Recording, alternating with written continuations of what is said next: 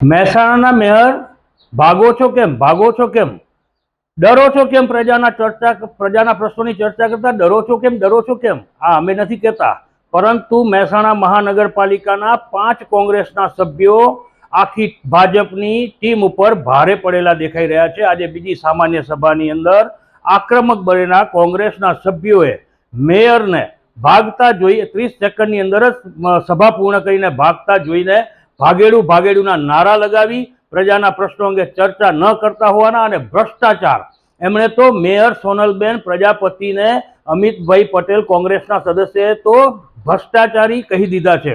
જુઓ આ વિડીયો, આમાં કોંગ્રેસના સભ્યો કેટલા આક્રમક બન્યા છે તે જોઈ શકાય છે।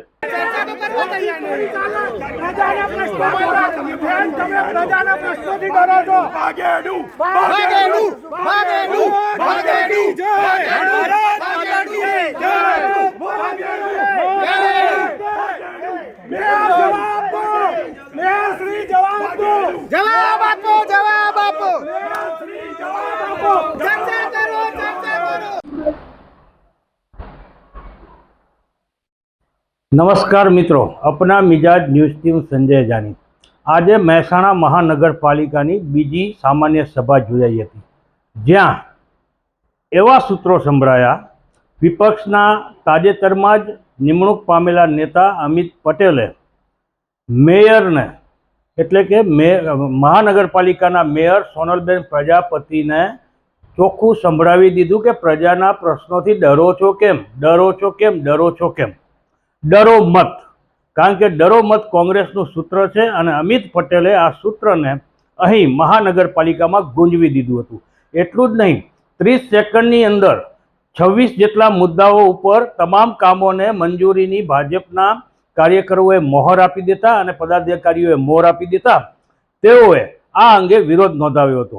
અહીંના વિપક્ષી સદસ્ય કમલેશ સુતરિયાએ પણ ભાગેડુના નારાની શરૂઆત કરી અને એ પાછળ કોંગ્રેસના 5 સભ્યોએ મેયરને ભાગેડુ કહી દીધા હતા, કારણ કે કોંગ્રેસના 5 સભ્યો એટલા આક્રમક બન્યા હતા કે મેયર તાત્કાલિક ધોરણે સભા પૂર્ણ કરી, એટલે કે માત્ર 30 સેકન્ડની અંદર સભા પૂરી કરીને ભાગી ગયા હતા। એટલું જ નહીં, પરંતુ અહીંના કર્મચારી હાર્દિક મોદી ઉપર પણ ગંભીર આક્ષેપો લગાવવામાં આવ્યા છે કે તેઓ માઇક ચાલુ બંધ કરતા હતા અને તેઓએ સભાને વિક્ષેપમાં મૂકી હતી। આ અંગે પણ ઉગ્ર રજૂઆત અમિત પટેલ અને કમલેશ સુતરિયાએ કરી હતી। આપણે જોઈએ આ વિડીયોની અંદર કે કેવી રીતે મેયર ભાગતા રહે છે। વિપક્ષના સભ્યો પ્રજાના પ્રશ્નો માટે ચર્ચા કરવાનું કહે છે, એમને ચર્ચા કરવી હતી। પ્રજાના ઘણા બધા પ્રશ્નો મહેસાણા શહેરની અંદર છે, તેમ છતાં પણ શાસક પક્ષ પોતાની મનમાની કરીને પોતાના મનમાં આવે એ રીતે તમામ કામોને મંજૂર કરીને ભાગી છૂટ્યા હતા। જોઈ લો આ તમામ વિડીયોઝની અંદર।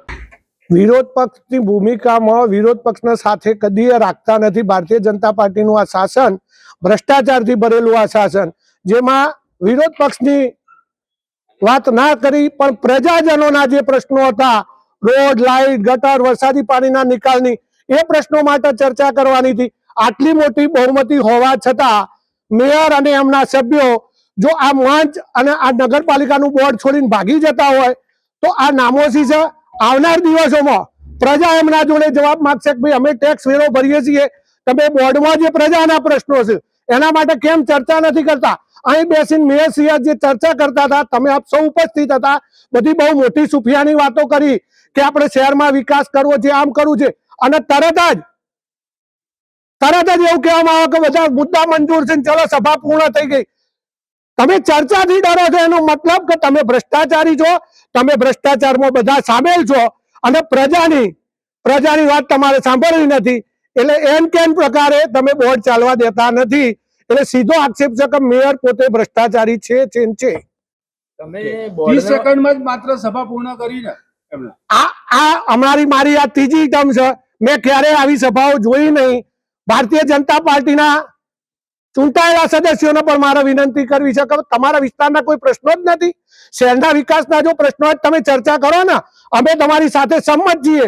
દરેક દરખાસ્ત, સારી દરખાસ્ત, શહેરના લગતી પ્રજાના પ્રશ્નો માટે અમે તમને ટેકો કરવાના છીએ, પણ તમે તો પોતે પણ ભાગ નથી લઈ શકતા।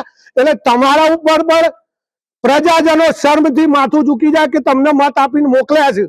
નગરપાલિકાના કર્મચારીઓ બી એમને સપોર્ટ કરી રહ્યા છે. નગરપાલિકાના હાર્દિક મોદી જે માઇક એલાઉન્સ કરતા હતા મારે નામ દેવું પડે અને હું નામ જ દેવાનો છું, જેને જે કરવું હોય કરે. હાર્દિક મોદી લાઇટ વિભાગના આઉટસોર્સિંગના જે મુખ્ય લાઇટ વિભાગના છે એ પોતે માઇક ચાલુ બંધ કરીને એ કમિશનરના મેયરના સૂચના અલગ તમે ઉભા થઈને ચાલો. એટલે આ મોદી કોર્પોરેશન ચલાવી રહ્યા છે, હાર્દિકભાઈ મોદી કે ભારતીય જનતા પાર્ટીના શાસકો ચલાવી રહ્યા હજી નક્કી નથી થતું. એટલે ભારતીય જનતા પાર્ટીના શાસકો પ્રજાના પ્રશ્નોથી ડરી રહ્યા છે. વિરોધ વચ્ચે રાષ્ટ્રગીત શરૂ કરી દેવા નથી સભા પૂર્ણ થાય ત્યારે જ રાષ્ટ્રગીતની શરૂઆત થાય અને બધા એમાં ભાગ લે. આજે એમને નવો ચીલો ચિતર્યો છે. આવનાર સમયમાં હવે આ નવો ચીલો કેટલો સારી રીતે અમે ચિતરીશું એ મેયર અને ભારતીય જનતા પાર્ટીના સદસ્યો જાણી લે. આ સભા ભારતીય જનતા પાર્ટીના ભ્રષ્ટાચારી સભ્યોની, મેયરની તેમજ એમની નાકામી કહી શકાય કે એમને શહેરના વિકાસની અંદર કે વિકાસના કામોની અંદર કોઈ પણ જાતનો રસ નથી. ફક્ત ભ્રષ્ટાચાર કરવામાં એમને રસ છે અને એમને ભ્રષ્ટાચાર ઉજાગર ભૂતકાળમાં બી કર્યો છે અને આજે પણ કરવાના હતા.